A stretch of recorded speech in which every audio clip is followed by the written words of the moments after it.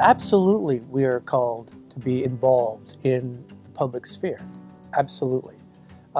And the invitation for people of faith, and I'm a Christian, I follow the ways of Jesus. Jesus was very much about helping create a community or world that was governed by the politics of compassion. That's, I love Marcus Borg's phrase of that, where the social world is organized in such a way as if God were the one and God's values were the one that were really the orienting center around the way in which we engage with one another and conduct our life together.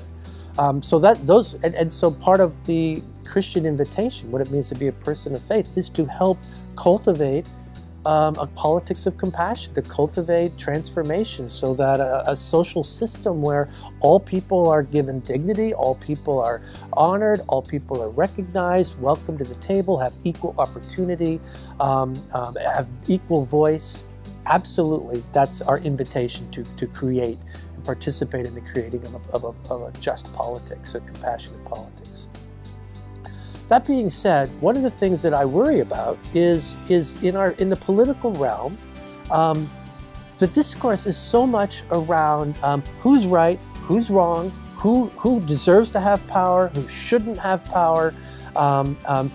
These are the issues that our political conversations are oriented around, and they're infused with a venom and a vitriol, this energy of we know what's right, and we know that those other people, whoever they are on either side of the spectrum, are blatantly, of course, they are naive, or they're sentimental, or they're bigoted, or they're prejudiced, or they're misinformed, and we write them off and we try to dismiss them. We don't want them to have access to the public square. We want to silence their voices. We don't want them to have political power.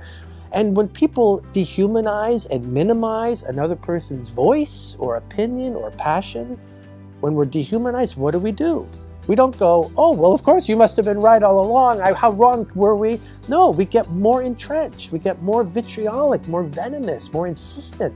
And that's what's happening, is that we have an increasing polarization of people who are absolutely convinced that we are the right ones and the others need to just absolutely not be given legitimacy.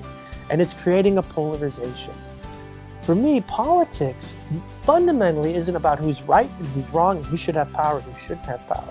It should be about how are we as an entire people going to get along together in a way that all of us are given dignity, given voice, and are heard. And compassion then plays a central part in this. We need to find ways of being involved in politics where we simultaneously can hold on to our truth. This is what we believe. I believe that all people should have dignity, or I believe in whatever political issues that I currently have energy around. But I also want to recognize that the other parties, that people who think differently, they think differently for some good reason. There's something they are fighting for that their life depends upon. Some value, some need that feels threatened.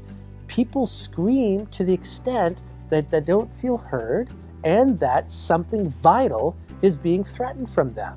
And so the invitation is to open up conversations of genuine curiosity. Wow, we don't see each other eye to eye, but I really would like to understand more about why you believe the way you do. Help me understand. What's at stake for you?